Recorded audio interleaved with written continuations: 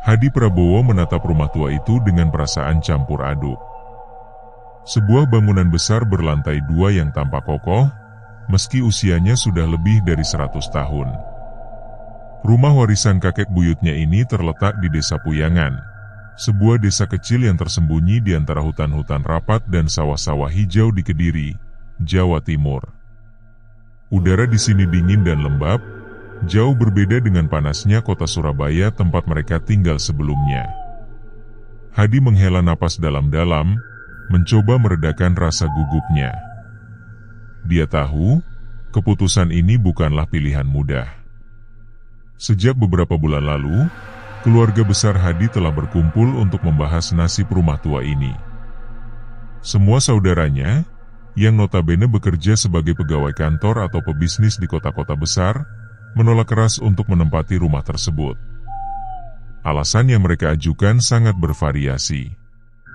Ada yang mengeluh soal lokasi rumah yang terlalu jauh dari pusat ekonomi, ada yang khawatir dengan biaya perawatan rumah yang terlalu besar, bahkan ada juga yang mengatakan rumah itu terlalu besar untuk ditinggali satu keluarga saja. Namun, alasan-alasan tersebut sebenarnya hanya selubung halus. Di balik semua penolakan itu, ada sesuatu yang tidak pernah mereka ungkap secara terang-terangan, yaitu rasa ketakutan. Ketakutan akan apa? Tidak ada yang bisa menjelaskan dengan pasti. Mereka hanya menyebutkan rumah itu punya cerita sendiri. Hadi tidak pernah mendesak mereka untuk memberikan jawaban lebih jelas. Baginya, dia sudah cukup tahu, rumah ini menyimpan aura misterius yang membuat orang-orang enggan mendekatinya. Namun, karena profesinya sebagai penulis novel dan wartawan investigasi freelance, Hadi justru tertarik. Baginya, rumah tua ini seperti sebuah kotak Pandora yang menunggu untuk dibuka. Apalagi, dia bisa bekerja di mana saja. Kenyataan ini membuatnya menjadi satu-satunya anggota keluarga yang bersedia menerima tanggung jawab untuk menempati, merawat, dan menjaga rumah warisan tersebut. Setelah melalui diskusi panjang, keluarganya akhirnya sepakat. Hadi akan pindah ke Desa Puyangan bersama istrinya, Rati Sukmawati, dan kedua anaknya, Abiasa Prabowo, anak sulungnya yang berusia 17 tahun, dan Aruna Prabowo, putri bungsunya yang baru berusia 9 tahun. Sebagai kompensasi atas keputusannya, semua saudara Hadi sepakat untuk menanggung biaya perawatan rumah. Meskipun demikian, Hadi tahu keputusan ini tetap membebani hatinya. Dia harus meninggalkan kehidupan perkotaan yang ramai, fasilitas modern, dan lingkungan yang sudah begitu familiar baginya. Desa Puyangan sendiri bukanlah desa yang benar-benar terisolasi. Namun, letaknya yang agak terpencil membuat desa ini memiliki suasana yang sangat berbeda dari kota. Penduduknya hidup dalam kesederhanaan, dengan mata pencaharian utama sebagai petani dan pedagang kecil-kecilan. Beberapa dari mereka masih menggunakan teknik pertanian tradisional yang diwariskan turun-temurun. Namun, di balik kehidupan yang tampak damai ini, ada sesuatu yang mengganggu. Warga desa jarang bicara tentang masa lalu mereka, terutama berkaitan dengan sejarah kelam Desa Puyangan. Ada pembicaraan-pembicaraan pelan tentang ritual aneh yang dilakukan di tengah malam, tentang lorong-lorong rahasia di bawah tanah, dan tentang makam-makam tua yang sebaiknya tidak diganggu. Hadi belum sempat mendalami cerita-cerita itu. Ketika mereka tiba di desa, warga menyambutnya dengan ramah, namun ada sesuatu yang terasa canggung dalam sikap mereka. Seperti ada batas tak tertulis yang tidak boleh dilanggar oleh pendatang baru. Bahkan ketika Hadi bertanya tentang sejarah desa ini, mereka hanya tersenyum tipis dan mengalihkan pembicaraan. Hal ini membuat Hadi semakin penasaran. Apakah ada rahasia besar yang disembunyikan warga desa? Ataukah mereka hanya takut pada sesuatu yang tidak bisa dijelaskan? Di tengah-tengah kebingungannya, Hadi mulai memperhatikan sesuatu yang aneh. Setiap malam, seekor kucing hitam selalu datang ke halaman rumah mereka. Kucing itu tampak biasa saja, namun ada sesuatu dalam tatapan matanya yang membuat bulu kuduk Hadi berdiri. Dia tidak pernah melihat kucing itu di siang hari, dan setiap kali mencoba menghampirinya, kucing itu selalu melarikan diri dengan cepat. Abiasa, anak sulungnya, juga memperhatikan kehadiran kucing itu. Suatu malam, ketika kucing itu muncul lagi, Abiasa nekat mengikutinya. "Ayah, kucing itu ke arah sana," kata Abiasa dengan suara berbisik, menunjuk ke arah semak-semak di belakang rumah. Hadi mengikuti anaknya dengan hati-hati. Kucing itu melompat melewati semak-semak, kemudian menghilang di balik pohon besar yang berdiri di tepi halaman. Saat mereka mencapai tempat itu, mereka menemukan sesuatu yang tidak pernah mereka bayangkan sebelumnya. Sebuah lubang kecil yang mengarah ke bawah tanah. Lubang itu tampak seperti pintu masuk ke sebuah lorong rahasia yang gelap dan misterius. Hati Hadi berdebar kencang. Lorong ini pasti memiliki hubungan dengan rahasia yang disembunyikan warga desa. Namun, dia belum siap untuk memasukinya. Untuk saat ini, dia hanya bisa menatap kegelapan itu dengan perasaan was-was. Apa yang ada di ujung lorong itu? Dan apa hubungannya dengan kucing hitam yang selalu datang ke rumah mereka? Begitulah awal mula cerita keluarga Hadi Prabowo di Desa Puyangan. Dengan atmosfer yang mencekam dan misterius, mereka mulai menyadari bahwa rumah warisan ini bukan sekadar tempat tinggal biasa. Ada sesuatu yang menunggu untuk diungkap, sesuatu yang mungkin tidak akan mereka sukai. Halo para sahabat album misteri. Sebelum video cerita horor ini berlanjut, ada baiknya para sahabat untuk memberikan subscribe, like dan menyebarkan video ini, sehingga memotivasi kami untuk membuat cerita video yang lebih menyeramkan, menakutkan, menarik, dan memberikan pesan-pesan positif dalam berkehidupan. Selain itu, tidak lupa menyalakan gambar lonceng, sehingga Anda menjadi penonton pertama yang mengetahui saat kami upload cerita misteri, horor, mistis, atau klinik yang terbaru, yang akan menguji keberanian Anda untuk mendengarkan dan menonton video ini sendirian. Dan, selamat menonton. Malam itu, Hadi tidak bisa tidur. Pikirannya terus melayang pada lorong bawah tanah yang mereka temukan tadi malam. Apa sebenarnya yang ada di sana? Mengapa kucing hitam itu membawa mereka ke tempat itu? Pertanyaan-pertanyaan itu berputar-putar di benaknya seperti roda yang tak pernah berhenti. Sementara itu, Abiasa juga tampak gelisah. Anak sulung Hadi ini duduk di depan meja makannya, menatap secangkir teh hangat yang belum disentuhnya. Matanya sayu, namun ada semacam kilatan rasa penasaran yang tak bisa disembunyikan. "Ayah," panggil Abiasa tiba-tiba, memecah keheningan malam. "Apa kita akan masuk ke lorong itu?" Hadi menoleh, lalu menghela napas panjang. Dia tahu anaknya pasti akan bertanya soal itu. Sebagai seorang ayah, dia harus melindungi keluarganya. Namun, sebagai seorang wartawan investigasi, dia merasa ada tanggung jawab untuk mengungkap kebenaran, terutama jika kebenaran itu berkaitan dengan rumah warisan keluarga. "Kita tunggu sampai pagi," jawab Hadi pelan. "Kalau kita nekat masuk malam-malam begini, bisa-bisa kita tersesat atau kejadian sesuatu yang tidak kita inginkan."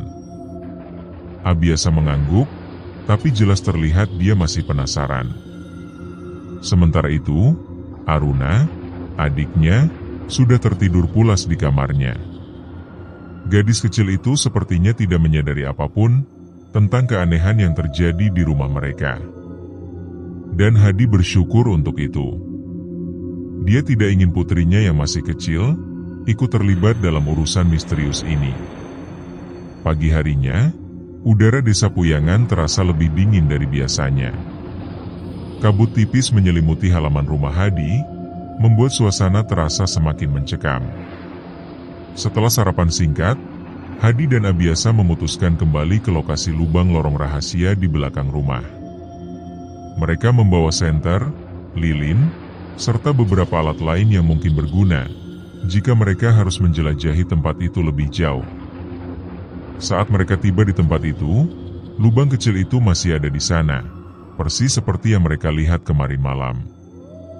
Tapi kali ini, Hadi merasa ada sesuatu yang berbeda.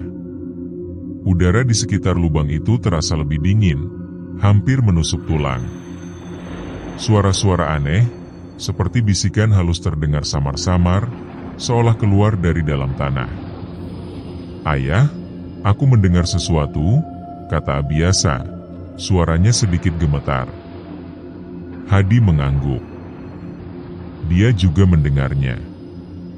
Suara itu sangat samar, tapi tetap terdengar jelas di telinga mereka. Seperti derit pintu tua yang dibuka perlahan-lahan, diselingi dengan gumaman-gumaman tak jelas.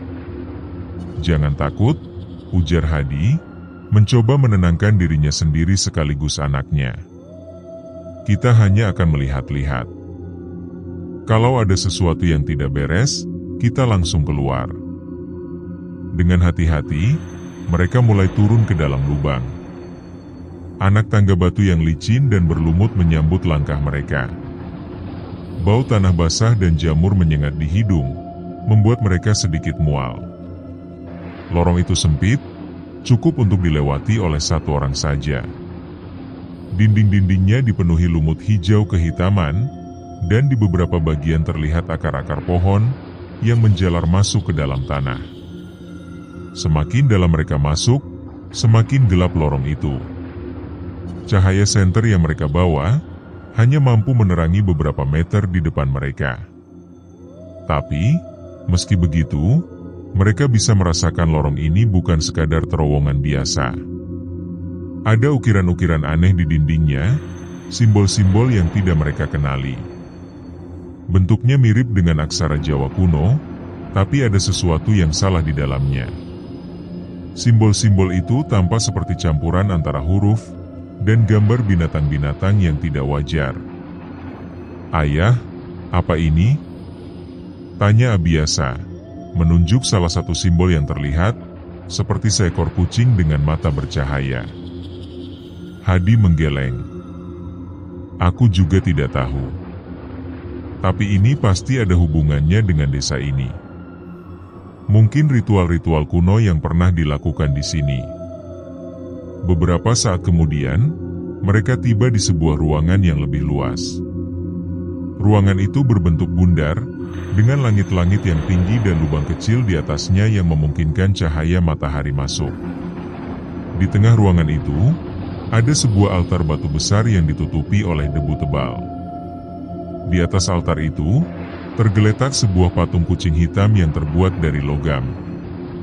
Patung itu tampak sangat tua, dengan mata yang dilapisi oleh batu permata berwarna merah. Hadi mendekat dengan hati-hati. Saat menyentuh patung itu, tiba-tiba udara di sekitar mereka berubah drastis. Dingin yang menusuk tulang tadi berubah menjadi panas yang menyengat.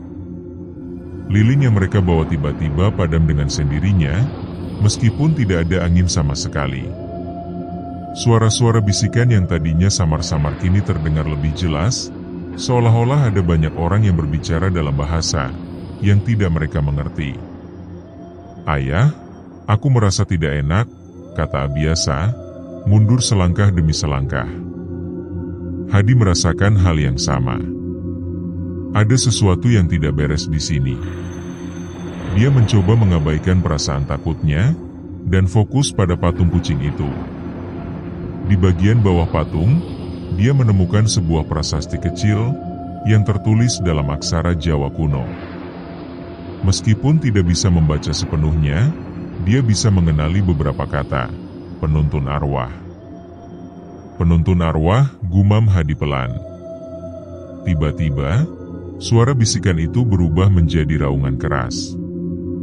Langit-langit ruangan mulai bergetar, dan debu-debu tebal mulai berjatuhan. Hadi dan Abiasa panik. Mereka segera berbalik dan berlari menuju lorong tempat mereka masuk tadi. Namun, saat mereka mencapai tangga yang mengarah ke permukaan, mereka mendapati lorong itu telah tertutup akar-akar pohon yang tumbuh dengan cepat. Mereka terperangkap di dalam. "Ayah, kita harus bagaimana?" tanya Abiasa. Suaranya penuh ketakutan. Hadi mencoba tenang. Dia tahu mereka tidak bisa panik di saat seperti ini. Dia mengeluarkan ponselnya, tapi tidak ada sinyal sama sekali. Mereka benar-benar terisolasi. "Tidak ada pilihan lain," kata Hadi, matanya menyapu ruangan itu. "Kita harus mencari jalan keluar lain." Dia mengambil lilin yang masih menyala, dan mulai mencari celah di dinding ruangan.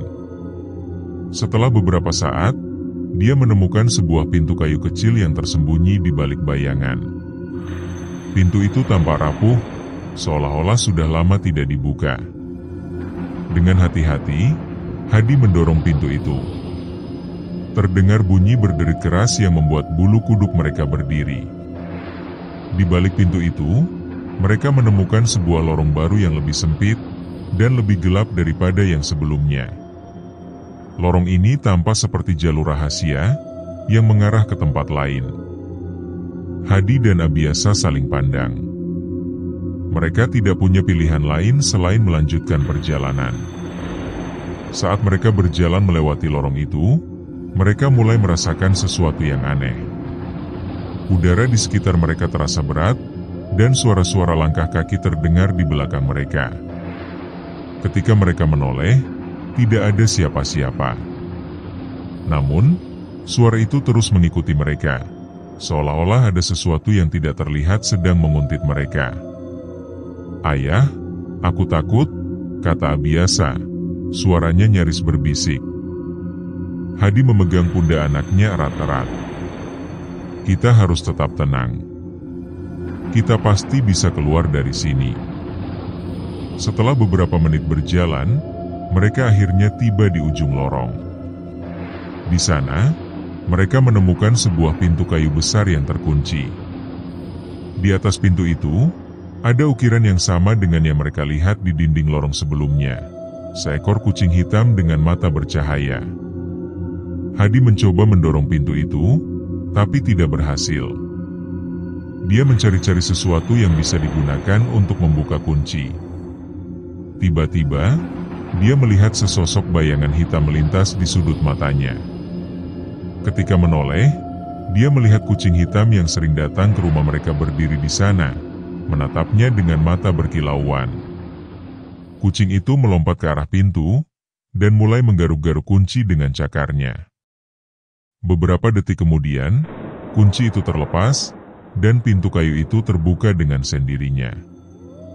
Di balik pintu itu, mereka menemukan sebuah ruangan yang lebih besar lagi. Ruangan ini dipenuhi oleh makam-makam tua yang tertata rapi. Di tengah ruangan, ada sebuah nisan besar dengan tulisan yang tidak bisa mereka baca. Di atas nisan itu, tergeletak patung kucing hitam yang sama dengan yang mereka temukan di altar tadi. Hadi dan Abiasa saling pandang. Mereka tahu, mereka baru saja menemukan sesuatu yang sangat besar, dan mungkin sangat berbahaya.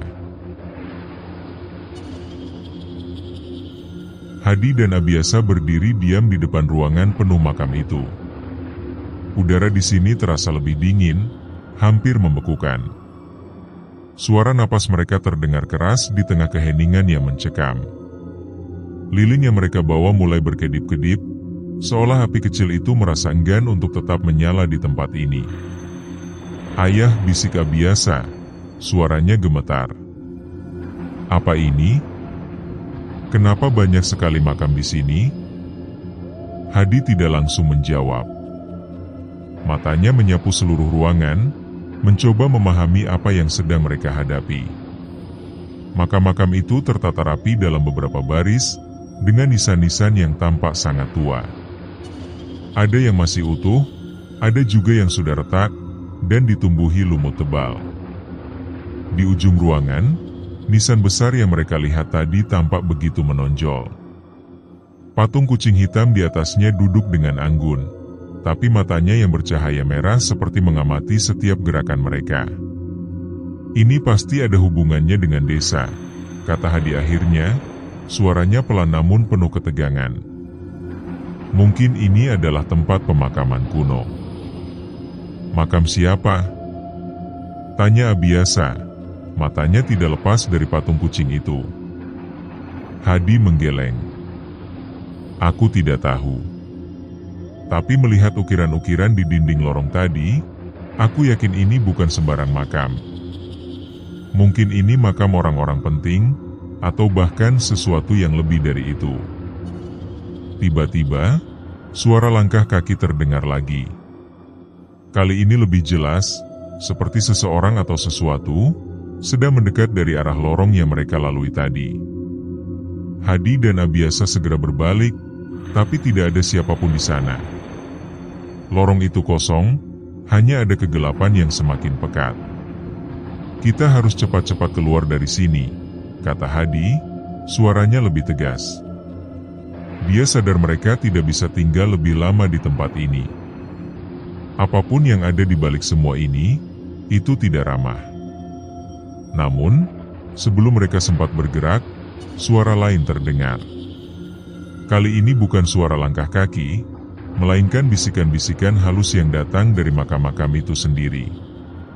Suara itu seperti gumaman doa, tapi ada nada aneh di dalamnya, seperti ratapan atau jeritan yang tertahan.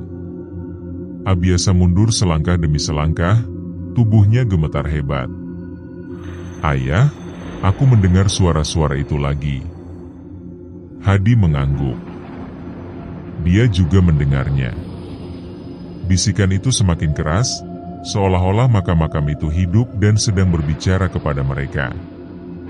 Dalam kebingungannya, dia melihat patung kucing hitam di atas nisan besar itu bergerak. Matanya yang berkilauan merah mulai berkedip perlahan, lalu kepala kucing itu menoleh ke arah mereka. Kita harus pergi, seru Hadi, menarik tangan Abiasa. Mereka berlari menuju lorong yang tadi mereka lewati, tapi ketika sampai di pintu kayu besar, mereka mendapati pintu itu telah tertutup rapat. Tidak peduli seberapa keras mereka mendorong atau menariknya, pintu itu tidak mau terbuka. Hancurkan pintunya, teriak Abiasa, panik. Hadi mencoba menendang pintu itu, tapi pintu kayu itu terasa seperti baja, begitu kokoh dan tidak bergeming. Sementara itu, suara bisikan dari makam-makam semakin keras, hampir seperti raungan. Lilin di tangan Hadi akhirnya padam, meninggalkan mereka dalam kegelapan total.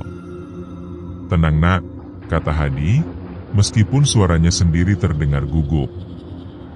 Kita cari jalan lain. Mereka kembali ke ruangan makam, mencari-cari celah atau pintu rahasia lainnya. Namun, saat mereka mendekati nisan besar di tengah ruangan, sesuatu yang aneh terjadi. Tanah di sekitar nisan itu mulai bergetar, dan debu-debu tebal mulai berjatuhan dari langit-langit. Lalu, tanpa peringatan, tanah di bawah nisan itu runtuh, membentuk lubang besar yang menganga. Di dalam lubang itu, mereka melihat tangga batu yang menuju lebih dalam ke dalam tanah. Suara gemuruh dari dalam lubang itu membuat bulu kuduk mereka berdiri. Seperti ada sesuatu yang hidup di sana, menunggu untuk ditemui. Ayah, kita nggak mungkin masuk ke sana, kan? Tanya Abiasa, suaranya nyaris putus asa. Hadi ragu-ragu.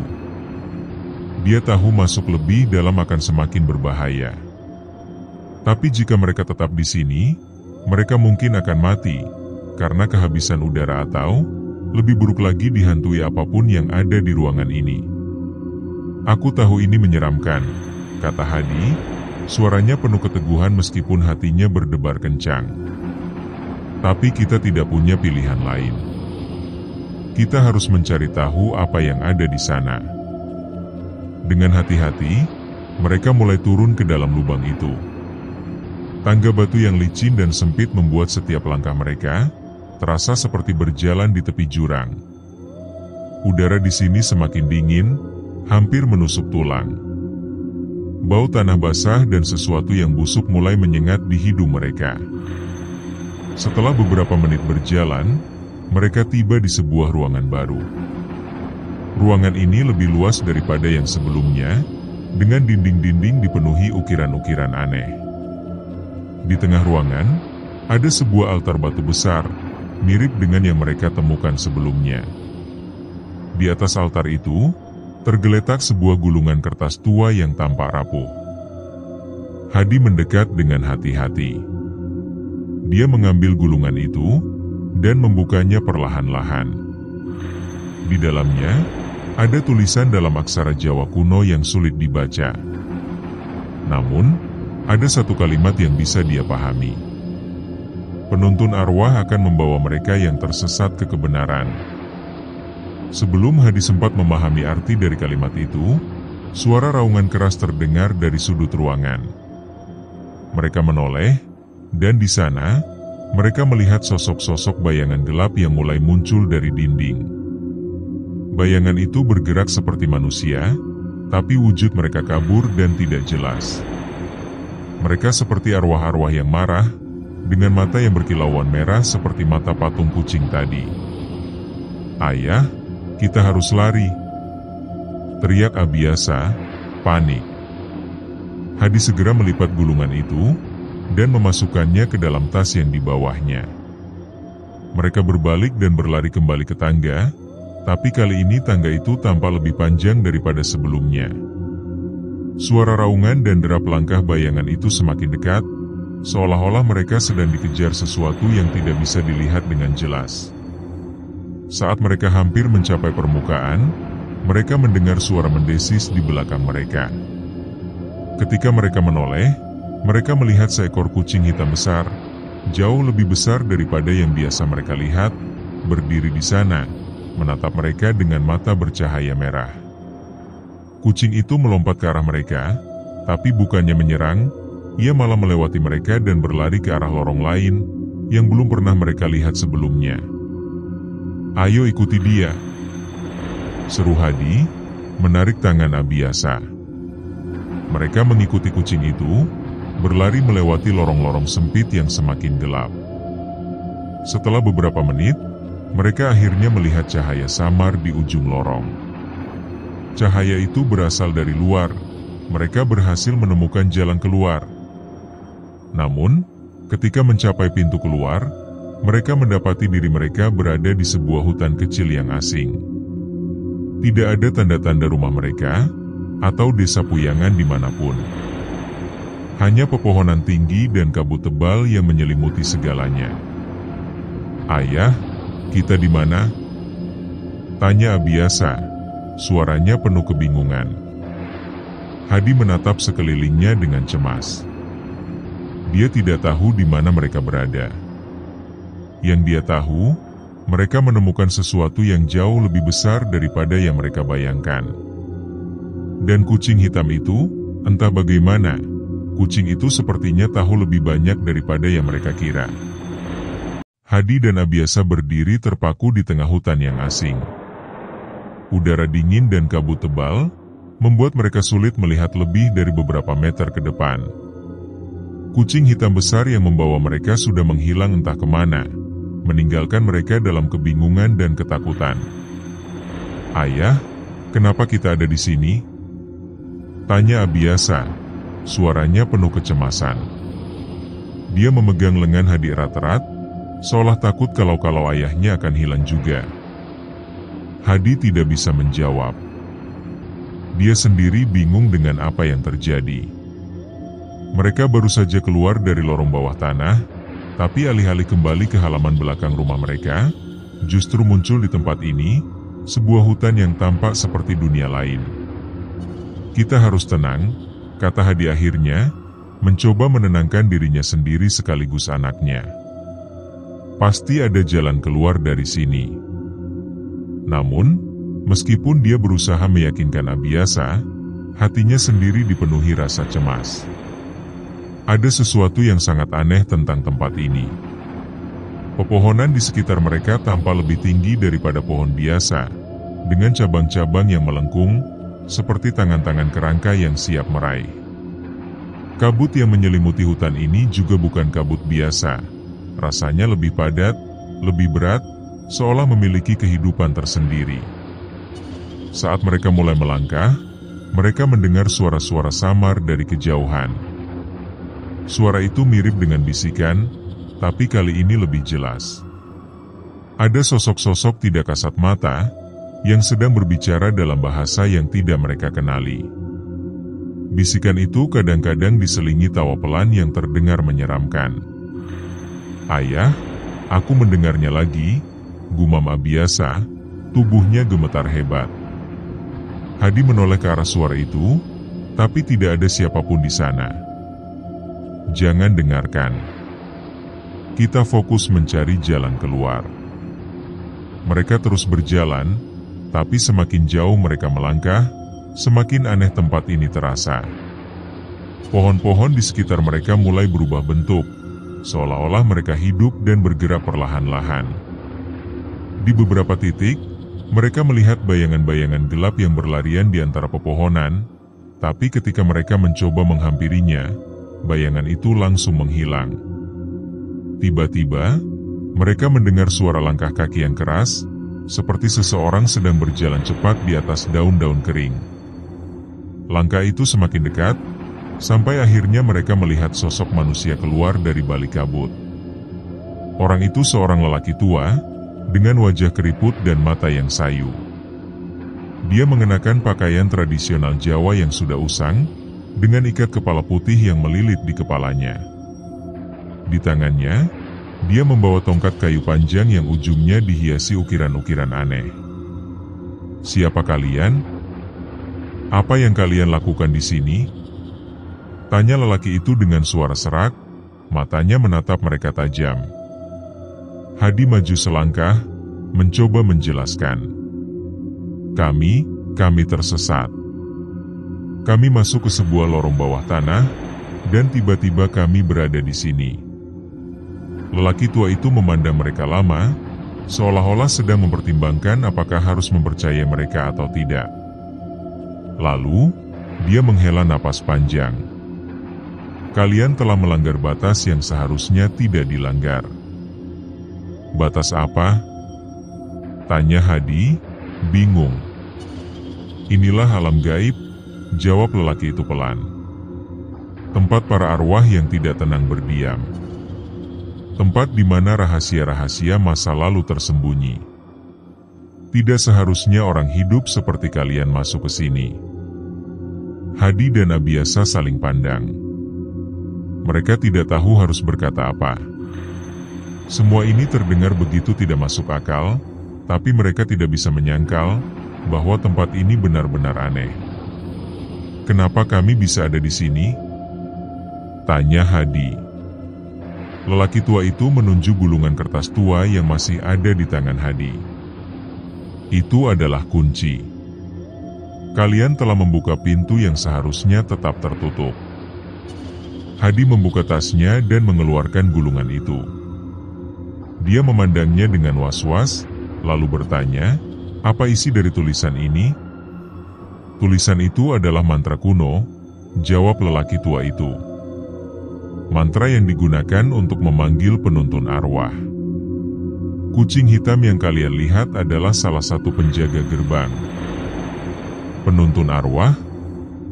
tanya Abiasa, suaranya bergetar. Lelaki tua itu mengangguk.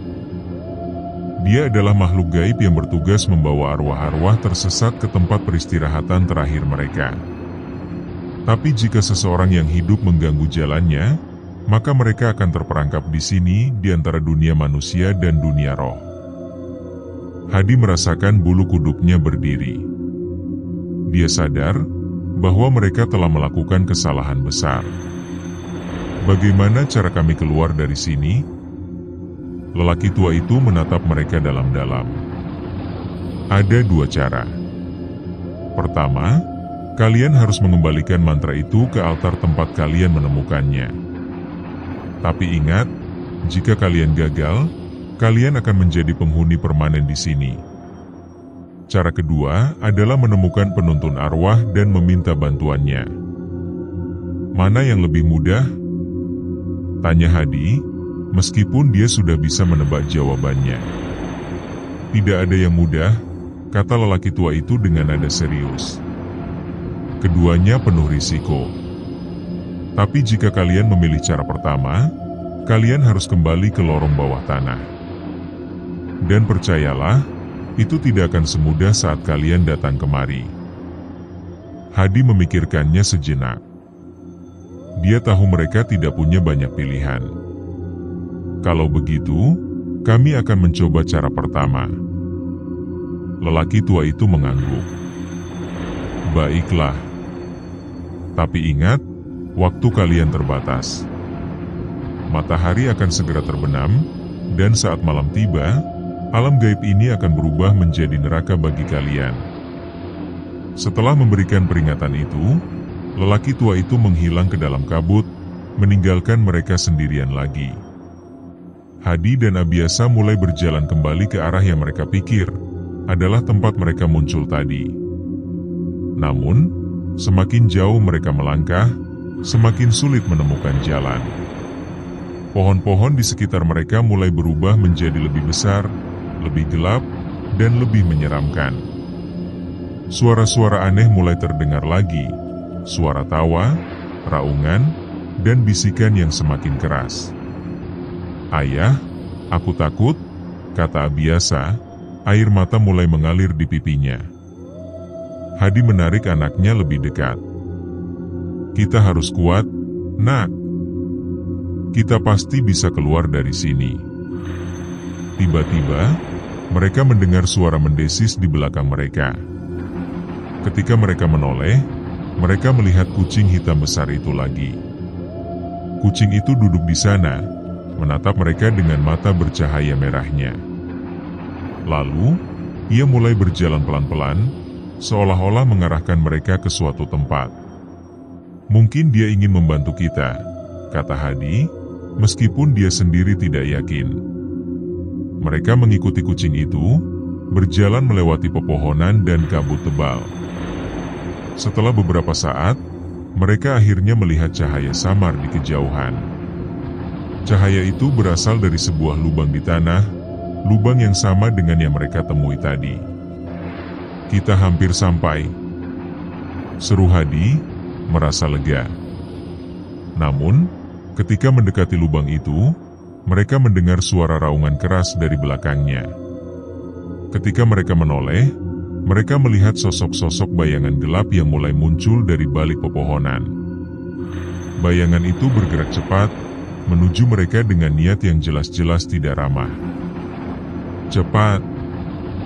Teriak Hadi, menarik tangan Abiasa dan berlari ke arah lubang itu. Mereka melompat ke dalam lubang. Saat mendarat di tangga batu yang licin, mereka mendengar suara raungan marah dari atas. Sosok-sosok bayangan itu mencoba mengikuti mereka, tapi tidak bisa masuk ke lorong ini. Hadi dan Abiasa berlari secepat mungkin, melewati lorong-lorong sempit yang mereka lewati sebelumnya. Akhirnya, setelah beberapa menit yang terasa seperti berjam-jam, mereka berhasil keluar dari lorong itu dan kembali ke ruangan makam. Tanpa ragu-ragu, Hadi segera berlari ke altar batu besar di tengah ruangan, dan meletakkan gulungan mantra itu kembali ke tempatnya. Begitu gulungan itu menyentuh permukaan altar, seluruh ruangan mulai bergetar. Patung kucing hitam di atas nisan besar itu mulai bersinar terang, suara-suara bisikan dari makam-makam itu berubah menjadi jeritan keras. Ayo pergi, teriak Hadi, menarik tangan Abiasa. Mereka berlari kembali ke lorong utama. Kali ini pintu kayu besar itu terbuka dengan sendirinya. Mereka keluar dari sana. Ketika mencapai permukaan, mereka telah kembali di halaman belakang rumah mereka. Mereka aman, setidaknya untuk saat ini. Setelah berhasil keluar dari lorong bawah tanah, Hadi dan Abiasa berdiri terengah-engah di halaman belakang rumah mereka. Matahari mulai tenggelam di cakrawala, memancarkan cahaya jingga yang lembut, tapi bagi Hadi dan Abiasa, ketenangan itu hanya ilusi. Tubuh mereka masih gemetar, napas mereka belum stabil, dan rasa takut yang menggelayuti hati mereka belum sepenuhnya hilang. "Ayah, apa kita sudah benar-benar aman?" tanya Abiasa. Suaranya masih bergetar. Hadi melihat sekeliling. Halaman belakang tampak seperti biasa, tenang, damai, tanpa tanda-tanda aneh yang mereka temui di alam gaib tadi. Namun, ada sesuatu dalam hatinya yang mengatakan, belum berakhir. Ada sesuatu yang masih mengintai, menunggu untuk muncul kembali. "Kita harus masuk ke dalam," kata Hadi akhirnya, mencoba menenangkan dirinya sendiri sekaligus anaknya. "Tapi ingat, jangan ceritakan apapun tentang ini kepada ibumu atau Aruna." Abiasa mengangguk, meskipun matanya masih dipenuhi ketakutan. Mereka berjalan pelan-pelan menuju pintu belakang, mencoba terlihat tenang agar tidak menimbulkan kecurigaan. Namun, saat mendekati pintu, Hadi merasakan hawa dingin tidak wajar menyelimuti tubuhnya. Dia menoleh ke arah semak-semak di samping rumah, dan dia melihat sepasang mata bercahaya merah yang menatapnya tajam. Kucing hitam besar itu kembali muncul, duduk diam di balik semak-semak dengan ekor yang melingkar rapi. "Ayah," bisik Abiasa, suaranya nyaris tidak terdengar. Hadi menarik napas panjang.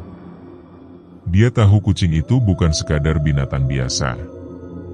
Ia adalah penuntun arwah, makhluk gaib yang telah membantu mereka keluar dari alam gaib tadi. Tapi kenapa ia masih ada di sini? Apakah ia sedang mengawasi mereka? "Masuk," kata Hadi, mendorong Abiasa masuk ke dalam rumah lebih cepat. Dia tidak ingin anaknya terlalu lama berada di luar, setelah pengalaman mengerikan yang baru saja mereka alami.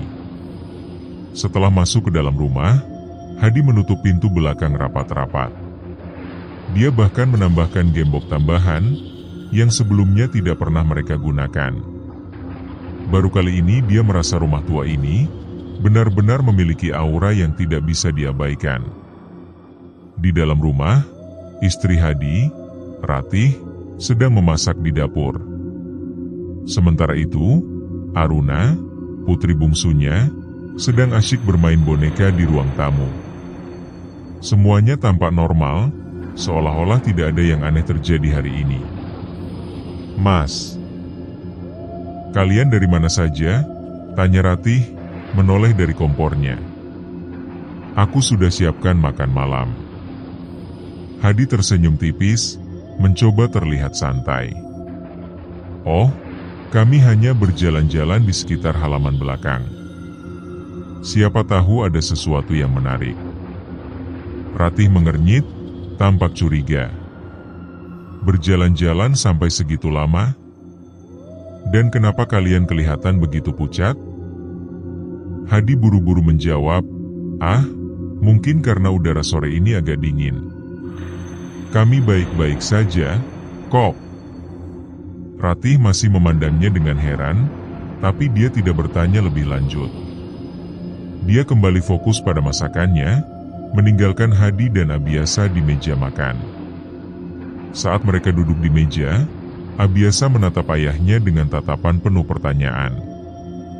"Ayah, apa kucing itu akan datang lagi?" Hadi menghela napas. "Aku tidak tahu, Nak. Tapi kita harus tetap waspada. Jangan biarkan siapapun tahu soal apa yang kita temukan tadi." Abiasa mengangguk pelan. Dia tahu cerita tentang lorong bawah tanah, makam-makam misterius, dan alam gaib pasti akan membuat ibu dan adiknya ketakutan. Untuk saat ini, mereka harus menyimpan rahasia itu rapat-rapat. Malam pun tiba. Rumah itu menjadi sangat sunyi. Hanya ada suara angin yang berdesir di luar jendela. Hadi berbaring di tempat tidur bersama Ratih, tapi dia tidak bisa tidur. Pikirannya terus melayang pada semua kejadian siang tadi yang dialami, seperti melihat patung kucing hitam, bayangan-bayangan gelap, dan mantra kuno yang mereka temukan di altar bawah tanah. "Apa kamu tidak bisa tidur?" tanya Ratih, suaranya pelan. Hadi menggeleng, meskipun dia tahu Ratih tidak bisa melihatnya dalam kegelapan. Aku hanya memikirkan sesuatu. Ratih berguling ke arahnya. Apa ada sesuatu yang mengganggumu? Hadi ragu-ragu. Dia hampir menceritakan semuanya kepada istrinya, tapi dia tahu hal itu hanya akan membuat Ratih khawatir. Tidak apa-apa.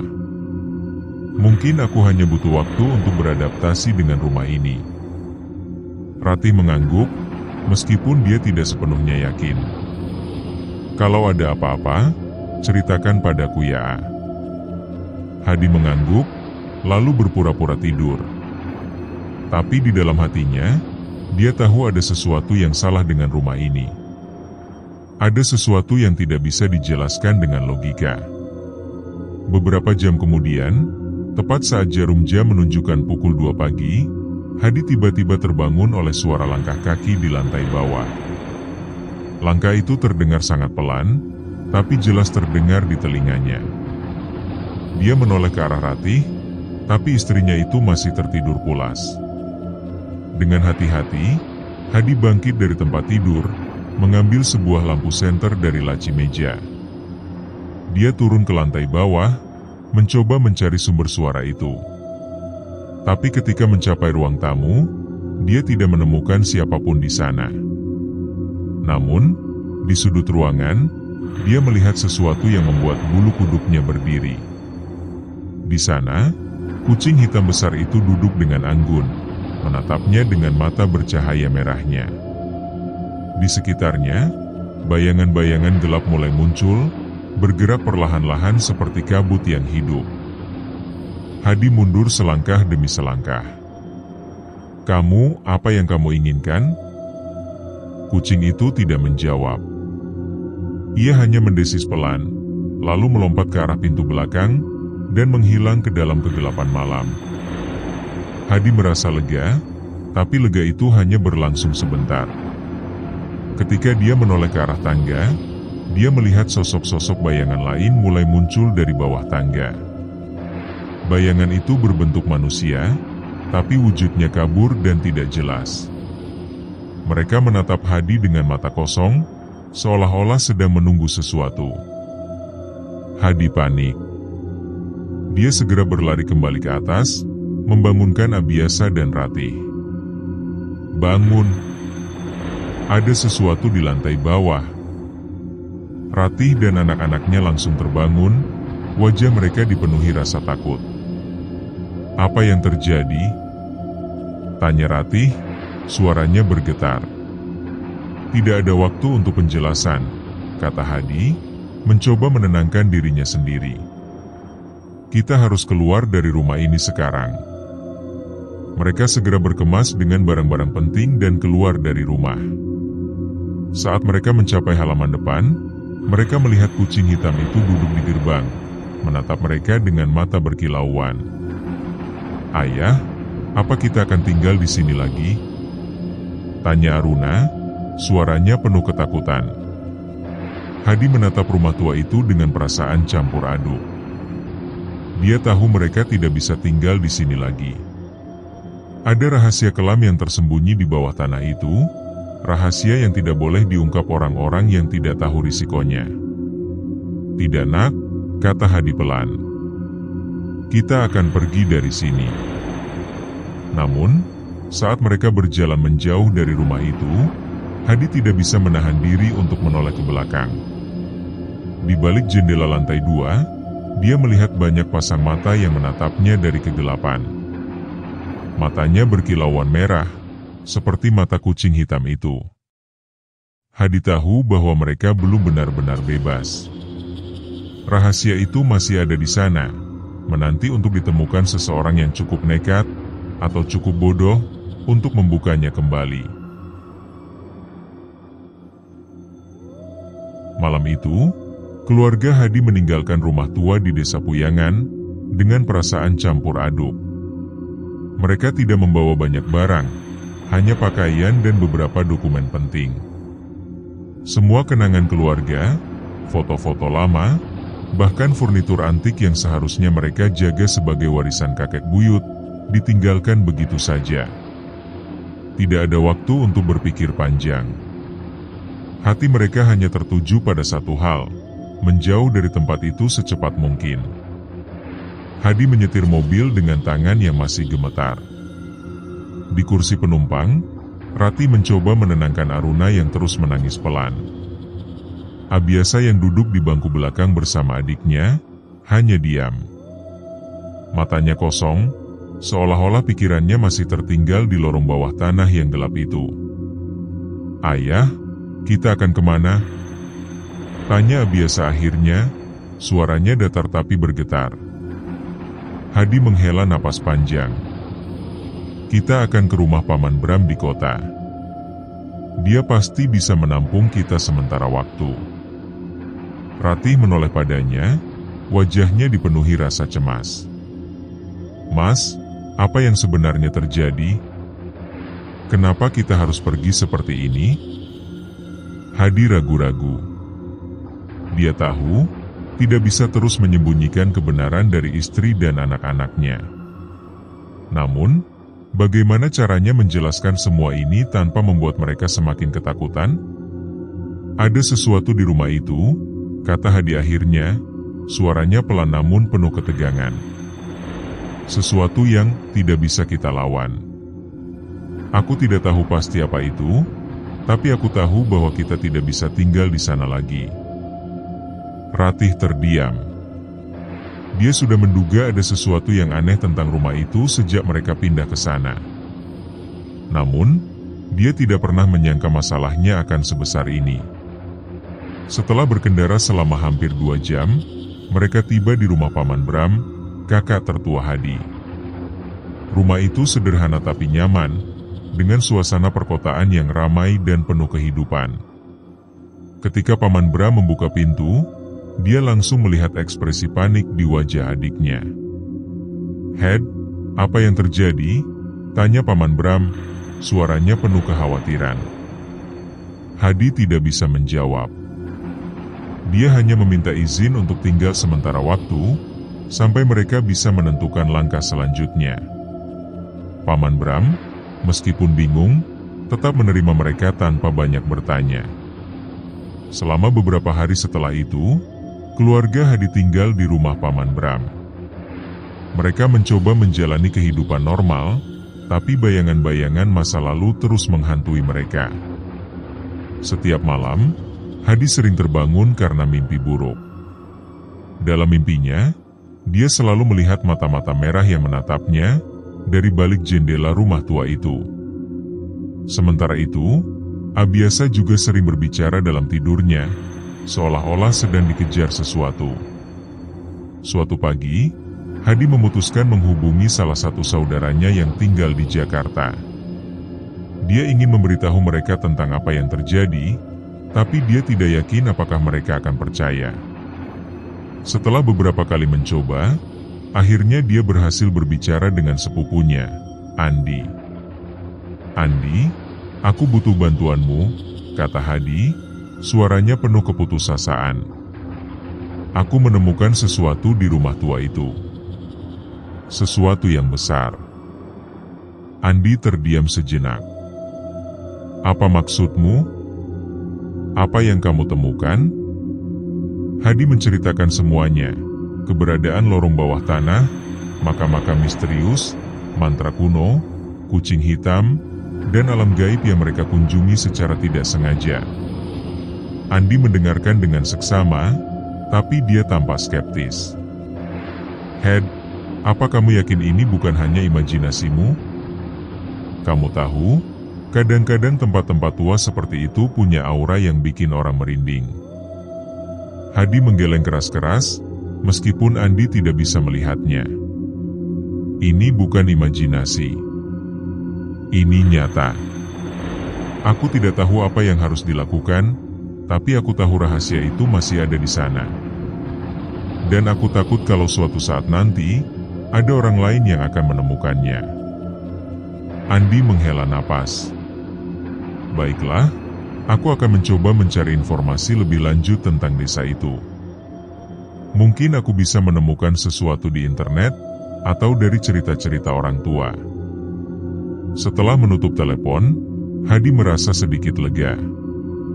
Setidaknya, ada seseorang yang bisa membantu dia mencari jawaban atas semua ini. Namun, hatinya tetap gelisah. Dia tahu masalah ini tidak akan selesai begitu saja. Beberapa minggu kemudian, Andi menghubungi Hadi kembali. Suaranya terdengar serius. "Had, aku menemukan sesuatu," kata Andi. Desa Puyangan itu ternyata memiliki sejarah yang sangat kelam. Puluhan tahun yang lalu, ada sebuah ritual besar yang dilakukan penduduk desa untuk menutup gerbang ke dunia roh. Konon, ritual itu gagal, dan banyak orang yang menjadi korban. Sejak itu, desa itu dijauhi banyak orang. Hadi menelan ludah. "Jadi, apa yang kita temukan itu adalah gerbang itu?" Andi mengangguk, meskipun Hadi tidak bisa melihatnya. "Sepertinya iya. Dan jika benar, maka kalian telah membuka sesuatu yang seharusnya tetap tertutup." Hati Hadi tenggelam. Dia tahu mereka telah melakukan kesalahan besar. Tapi apa yang bisa mereka lakukan sekarang? Mereka tidak punya cara untuk memperbaiki semuanya. "Apa yang harus kita lakukan?" tanya Hadi putus asa. Andi terdiam sejenak. "Aku tidak tahu, Had. Tapi aku sarankan agar kalian menjauh dari tempat itu. Jangan pernah kembali ke sana." Hadi mengangguk pelan. Dia tahu Andi benar. Tapi ada sesuatu di dalam hatinya yang terus mengganggunya. Seperti ada tanggung jawab yang belum terselesaikan. Beberapa bulan kemudian, kehidupan keluarga Hadi mulai kembali normal. Mereka pindah ke rumah baru di pinggiran kota, dan Hadi kembali bekerja sebagai penulis dan wartawan investigasi. Namun, setiap kali menulis cerita horor, dia selalu teringat pada pengalaman mengerikan itu. Namun, suatu malam, ketika keluarga mereka sedang tidur pulas, Hadi terbangun oleh suara mendesis yang sangat familiar. Dia menoleh ke arah jendela, dan dia melihat sepasang mata bercahaya merah menatapnya tajam. Kucing hitam besar itu duduk di ambang jendela, seolah-olah sedang menunggu sesuatu. Hadi merasa tubuhnya membeku. Dia tahu masalah yang dialami di dunia gaib belum berakhir. Tamat.